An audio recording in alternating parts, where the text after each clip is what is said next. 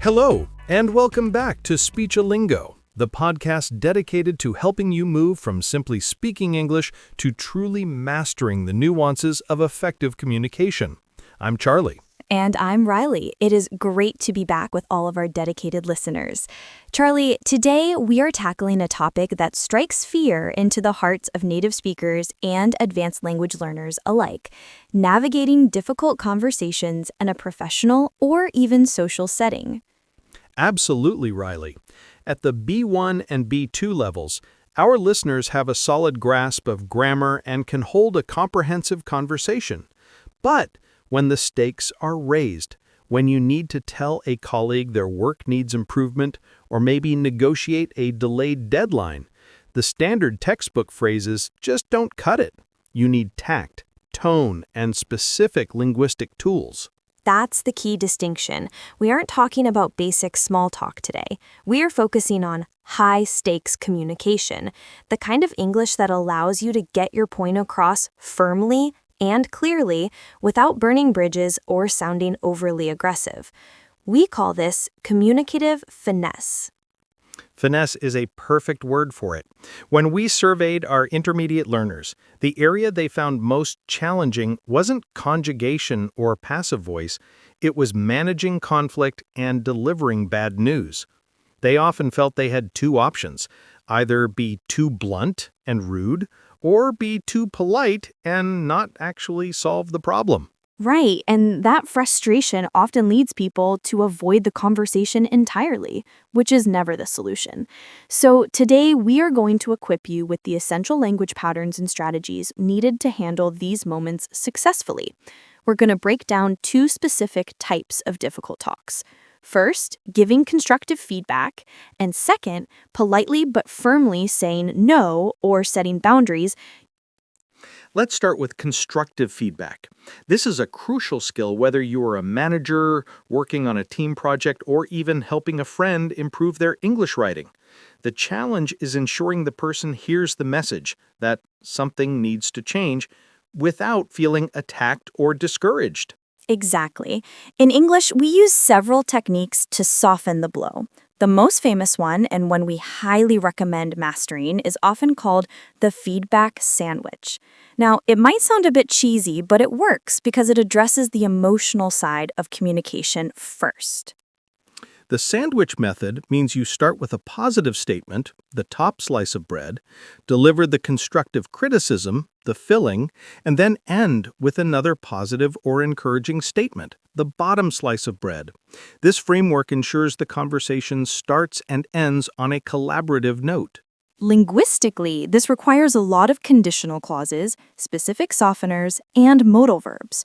For example, instead of saying, "Your report is disorganized," which is direct criticism, you sandwich it. You might start with, "I really appreciated the speed and detail you put into getting this report finished so quickly." Positive. Then comes the filling, but delivered gently. You can't just jump to the negative. You should use phrases like, "I was wondering if we could look at restructuring the flow a little," or "I found that it might be more effective if the data summary appeared earlier." Notice the use of I statements and modal verbs like could and might. They shift the focus from their failure to a shared goal. That shift is fundamental. When you say, "I think we could try X," you're making it a joint problem-solving exercise, not a personal critique. The goal is improvement, not blame. Another great softening phrase is, "Moving forward, it would be helpful if we ensured that." And then the final piece of the sandwich, the encouragement.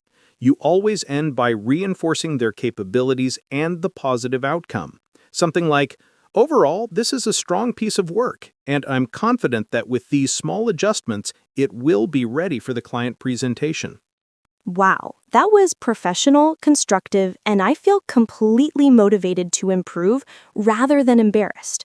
You focused entirely on the action, the pacing, and the outcome, the audience absorption. That's the power of the sandwich method, listeners. Exactly. And listeners, notice the vocabulary we used: compelling, insightful, massive strength, gravity of the projections. This is the elevated B2 language that makes you sound credible and authoritative, even when delivering difficult news. Now, that covers our first challenge, constructive feedback. But feedback is only half the battle. Our next major challenge in difficult conversations is setting boundaries. That is saying no to a request, negotiating an unreasonable timeline, or declining extra work without appearing uncooperative. Many B1 and B2 learners default to simply saying, "I can't do it," which can sound abrupt. We need phrases that maintain professional rapport while protecting your time. We'll dive into that complex skill right after the break, so stick with us.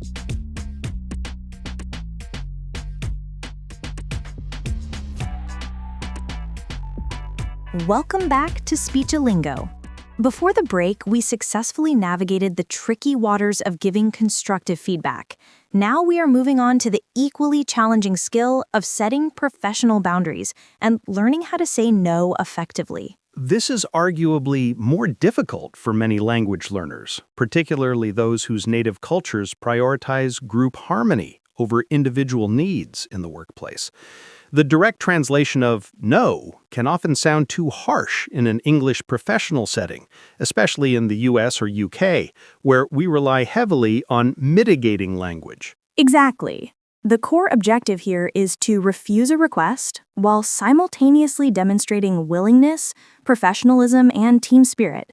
You want your colleague or manager to think, "Riley is committed, but she genuinely cannot accommodate this right now," not "Riley is lazy or uncooperative." To achieve this, we need to employ what linguists call hedging and mitigation. Instead of the blunt, direct statement, we use phrases that express regret or concern before delivering the refusal. Think of it as putting a small buffer zone between the request and your inability to meet it. Let's look at some high-level phrases that move you beyond the simple, "sorry, I can't." Instead of, "I can't do that," try, "I wish I could help you with that, but I currently have some prior commitments that need my full attention." If the timing is the issue, "Unfortunately, my bandwidth is completely maxed out this week. Would it be possible to revisit this next Monday?" The term bandwidth is extremely common B2 business jargon for available time or capacity. If the request is genuinely outside your job scope, that sounds like a fascinating project, but I'm afraid I don't have the specialized knowledge needed for that particular task. Have you tried speaking to colleague's name? Notice how all these examples include three key elements. First, the softening phrase, "I wish I could, unfortunately, I'm afraid." Second, the concise reason, prior commitments, maxed bandwidth, lack of specific knowledge. And third, the suggested alternative or redirection. Providing an alternative is crucial because it transforms your no into a "not right now, but here's a solution." Let's focus on that middle part, the justification. It's important not to over-explain or apologize profusely. Over-apologizing devalues your time and makes you seem less confident. A confident refusal is short, precise, and references your existing, validated priorities. If your manager asks you to stay late every night this week to finish an auxiliary project, and you know you must focus on your main deliverable, you don't say, "I'm sorry, but my dog needs to be walked and I promised my partner." That's too personal. You keep it professional. "I need to manage expectations for this week. My primary focus must remain on ensuring the Q3 financial audit is finalized by Friday's hard deadline. Taking on extra tasks right now would jeopardize that core deliverable." That is a masterclass in professional refusal. It emphasizes responsibility and priority management, not personal preference. It sounds assertive without being aggressive. You are implicitly saying, "I am a professional and I know what is most important for the business right now." Another common scenario is when you're asked to take on a task that requires you to delay something else. This requires negotiation. You can use the conditional yes structure. This is often phrased as, "I can take on X provided that Y gets pushed back," or "I would be happy to do this if we can get approval to delay Z."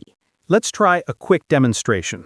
Riley, imagine I'm your team lead and I'm approaching you on a Friday afternoon asking you to completely rework the client proposal presentation before Monday morning, knowing you already have a heavy weekend commitment.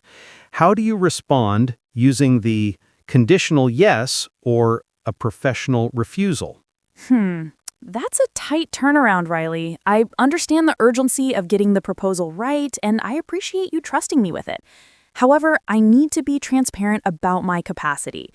Reworking the entire presentation to the standard you expect would take at least 10 hours, which I don't have available before Monday morning. So you're saying you can't do it at all? Not exactly. I'm saying I can't do the entire rework by Monday without impacting my performance on the budget report, which is due Tuesday. Here's what I can do. I'm happy to focus entirely on restructuring the key slides, sections 1 to 3, over the weekend, and I can send you detailed notes and recommendations for the remaining sections. Then perhaps colleagues' name could finalize those sections on Monday morning, or we could negotiate moving the final sign-off meeting to Tuesday afternoon. Perfect. You did not just say no. You validated the importance of the task, you explained the constraint based on evidence, 10 hours needed, and you proposed 2 concrete and actionable solutions. That shows genuine commitment, even in refusal. This is critical for our B1, B2 listeners, mastering the art of the compromise.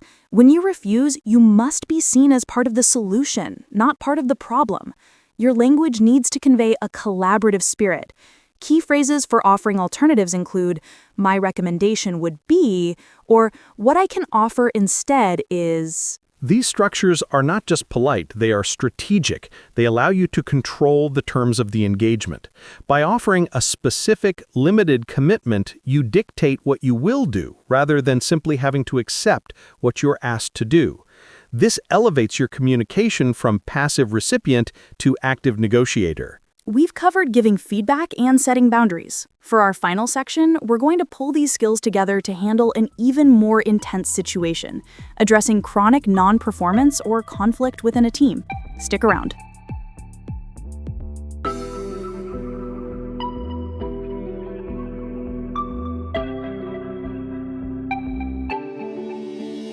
We are now entering the most delicate area of high-stakes English communication, confronting chronic non-performance or resolving entrenched conflict within a team. Giving feedback once is manageable. Having the same conversation 5 times requires an entirely different set of linguistic and psychological tools. Absolutely, Riley. If the feedback sandwich is the tool for a minor correction, this conversation is the surgical instrument. The stakes are higher because emotions are involved, both yours due to frustration, and the other person's due to repeated failure. The B2 speaker must master the language of objective fact, removing all emotional charge. That means eliminating accusatory language. You must shift completely away from personal attacks. Never say, "You are disorganized," or "You keep failing." Instead, you must anchor your language in observable, verifiable data. This is where professional precision matters most. We recommend using clear, fact-based statements, starting with references to shared documentation or timelines. For example, "I've reviewed the project tracker, and it appears the last 3 deadlines for Section B were missed, specifically on May 1st, 8th, and 15th. Notice the specificity. It cites dates and documents. It's hard to argue with recorded facts." This forms the basis of what we call the performance gap definition. You are defining the discrepancy between the expected standard and the actual result, using neutral language.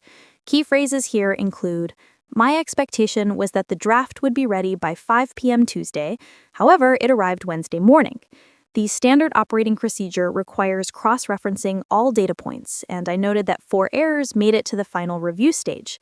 These statements are non-negotiable facts, which elevates the conversation beyond personal feelings. Once the gap is defined, the B2 speaker needs to transition immediately to understanding the root cause without assigning blame. This is where empathetic but firm inquiry is necessary. Instead of asking, "Why didn't you do it?" which is inherently judgmental, you phrase it as a shared investigation. "Could you walk me through the specific challenges you encountered that led to the delay?" Or what resources or support do you feel you are currently lacking? That shifts the narrative from "you failed" to "how can we solve this obstacle together?" But remember, listeners, while the language is collaborative, the objective is still accountability. After identifying the potential cause, you must move to setting clear, actionable, and measurable next steps. This is where we bring back the assertive language from our boundary setting segment, but applied to performance improvement. You must leave the conversation with clear commitment. Use phrases that demand confirmation and agreement. For example, moving forward, how will you ensure that the required cross-referencing is completed prior to submission? What specific steps will you take this week to bring your progress back on track? And most importantly, can I count on you to deliver X by Y date? And if you foresee any risk of delay, will you notify me 24 hours in advance? That last question is vital. It formalizes the communication protocol for the future, preventing last-minute surprises. We are creating a system of accountability. And for chronic issues, you must introduce the concept of consequence, but again, using mitigating language. This is often necessary in formal disciplinary scenarios. We use phrases that link continued behavior to formal outcomes, not as threats, but as logical steps in a process. For instance, if you're discussing repeated lateness, I genuinely value your contribution to the team. However, if this pattern of delayed reports continues despite our agreed-upon action plan, we will need to formalize this discussion with HR. Notice the introductory softener, I genuinely value, followed by the clear, professional consequence. The power of this structure, fact-based observation, empathetic inquiry, clear commitment, and defined consequences, is that it leaves no ambiguity. You have communicated clearly, professionally, and provided a roadmap for improvement. Let's apply this complex structure one final time. Riley, I am your colleague, and I have consistently undermined our team's schedule by submitting low-quality work that requires extensive revision from others, causing friction. You need to address this serious, chronic issue. Charlie, thank you for sitting down with me. I wanted to address a pattern I've observed over the last month concerning the Q2 marketing materials. Specifically, I've noted that the first drafts you submitted on June 5th, 12th, and 19th all required an average of 6 additional hours of revision from the editing team before they could be client-facing. This is putting significant strain on our overall delivery schedule. I understand, but those timelines were very tight, and I was focusing on volume over polish. I appreciate that the deadlines are tight, but quality standards must be non-negotiable for client-facing documents. Can you elaborate on why the standard checks, like spell check and confirming source links, were consistently missed? Was there a specific bottleneck, or are you prioritizing speed too heavily over accuracy? I think I am rushing the final review stage because I want to hand them off quickly. Okay, that clarifies the challenge. Moving forward, here is what we need to agree upon. Starting today, I need you to implement a mandatory 30-minute self-review process immediately before submission. This must include checking all cited links and running the document through the external grammar checker. Can you commit to integrating that 30-minute review into your workflow for all subsequent submissions? Yes, I can commit to that. Excellent. I will check in on Friday to see how this new process is working. Please be aware that if we do not see a significant and sustained improvement in the quality of the first drafts over the next 2 weeks, we will need to escalate this to management, as team cohesion and client satisfaction depend on meeting these benchmarks. I am confident you can make these changes, but accountability is paramount here. That felt difficult, Riley, but necessary. Listeners, notice how Riley used assertive verbs, specific timeframes, and established a clear review mechanism, transforming a difficult conflict into a manageable performance plan. And that, Charlie, brings us to the close of our deep dive into high-stakes communication. We've covered everything from the softening power of the feedback sandwich to the firm structure needed for professional refusal and chronic conflict resolution. We'll be back after the break with our final thoughts and key takeaway phrases for you to practice this week.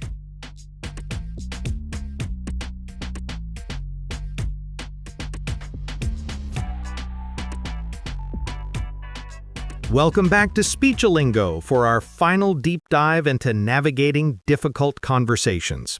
We've dissected the structure of feedback, mastered the art of professional refusal, and built a strategy for tackling chronic performance issues. Before we offer our final wrap-up phrases, we want to consolidate the key linguistic patterns that underpin all successful high-stakes talks. That's right. What unites the feedback sandwich with the fact-based performance review is the strategic use of mitigating language. If you are learning nothing else today, remember this. The key to advanced professional communication in English is converting declarative statements, statements of fact or command, into collaborative inquiries or suggestions. Think of your modal verbs, could, might, would, as your diplomatic toolkit. When you say, you need to fix this, it's aggressive. When you change it to, it might be useful if we could collaboratively explore ways to restructure this section, you've achieved the same objective, change, but you've done it with finesse and respect. Similarly, the pervasive use of I statements is not just about politeness, it's about taking ownership of the observation. Instead of saying, the report is confusing, which is an objective judgment, you say, I found the data summary confusing to follow without the preceding context. This frames the issue as your perception of a problem, making the other person less defensive and more open to finding a solution. And let's not forget the power of hedging. Hedging involves using words and phrases designed to reduce the force of what you are saying, making it seem less absolute. Words like perhaps, possibly, generally, potentially. For example, instead of stating, your proposal will fail, you could say, there is potentially a risk that the proposal might not resonate with the leadership team due to its current framing. Now, let's address a challenge unique to language learners in these stressful situations: managing the emotional component. When you are feeling nervous or frustrated, you are far more likely to revert to simpler, often blunter English, sacrificing all the B2 structures we've discussed. Absolutely. Stress drains your cognitive resources, making it harder to access complex vocabulary and grammatical structures. We have two core strategies for combating this: pre-scripting and the strategic pause. Pre-scripting means preparing your opening and closing statements meticulously. You don't need to script the whole conversation, which is impossible, but if you have 3 key sentences prepared, your positive opener, your main point using facts, and your question regarding the next steps, you can anchor the conversation firmly. Write them down and rehearse them until they sound completely natural. The strategic pause is about using silence as a tool. When delivering difficult news, especially after defining the performance gap, take a conscious, deep breath and pause for 3 seconds. This does 2 things. First, it forces you to slow down and stay calm. Second, it gives the listener time to process the weight of your statement without interrupting or getting immediately defensive. Silence in a high-stakes conversation can be highly assertive. Listeners, try this sentence. Practice the sentence, we need to discuss why the required changes were not implemented in the final version. Deliver it and then count 3 seconds of silence. That silence is powerful. It compels the other person to respond thoughtfully rather than reacting defensively. Another crucial element in maintaining control is ensuring that you are using formal, professional register. Avoid contractions like don't, can't, won't when delivering the most critical points. Use the full form: do not, cannot, will not. This subtle shift instantly elevates the tone and establishes a clear professional distance, helping you sound more authoritative and less emotional. Let's pull all this together into a final mental checklist you can use just before walking into one of these talks. We'll call it the softener and strategy check. Ready? First, the sandwich prep. Do I have a genuine positive opening? Second, the modal shield. Am I using could and might instead of must or should in my critique? Third, the fact anchor. Is my criticism tied to a specific date, document, or behavior, not a personal trait. Fourth, the collaborative close. Am I ending with a question about their commitment to the solution? Like, what specific steps will you take? Or, can I count on you by X date? And finally, the professional register. Have I eliminated slang, overly casual language, and aggressive contractions? If you can run through that 5-point checklist, you will be well equipped to manage even the most challenging professional dialogue. Remember, mastering B2 and C1 communication is less about knowing more words, but more about knowing how to structure those words with precision, tact, and strategic politeness. We hope this episode has given you the confidence and the specific vocabulary to handle these essential conversations. It's a skill that takes practice, so we encourage you to use these phrases this week, even in smaller, lower-stakes interactions to build muscle memory. We've covered a lot today, Charlie. We certainly have. We'll be back with our final sign-off shortly, but first, a quick word about how Speechalingo Plus can help you practice these exact scenarios in our interactive role-playing module.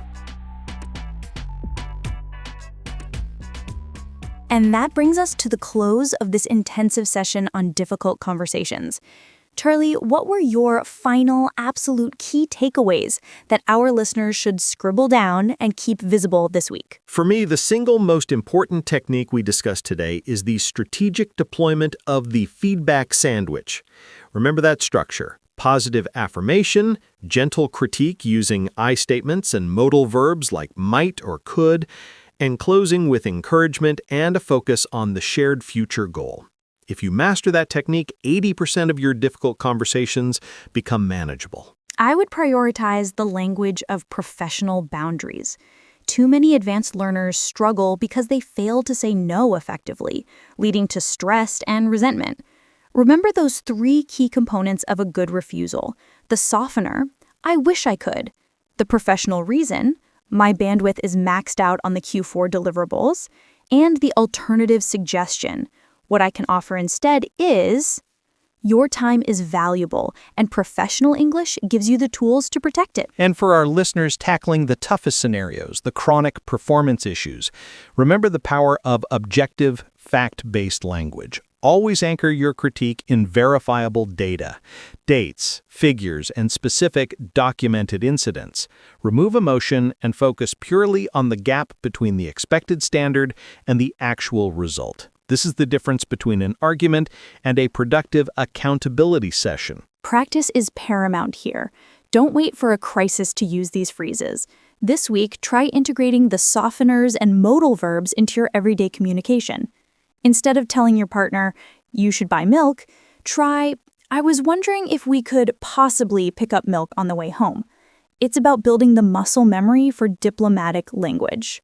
Fantastic point, Riley. And remember, all the key vocabulary, the specific sentence structures, and the detailed scenarios we discussed today are available in the transcript on our website, speechalingo.com. We also offer interactive exercises for our Speechalingo Plus members where you can practice delivering these exact feedback and refusal scripts with AI conversational partners. That practice is invaluable because communication at this level is a performance skill, not just a linguistic skill. You need to sound confident and nuanced even when your heart is racing. So challenge yourself this week. Seek out one conversation, however small, that requires tact and finesse, and apply the rules we discussed. Let us know how it goes. You can find us on all major social media platforms. Thank you so much for tuning in to Speechalingo. We are committed to helping you transition from fluent English speaker to a truly masterful communicator. I'm Riley. And I'm Charlie. Until next time, keep speaking, keep listening, and keep challenging yourself to communicate with greater finesse. Goodbye. Bye for now.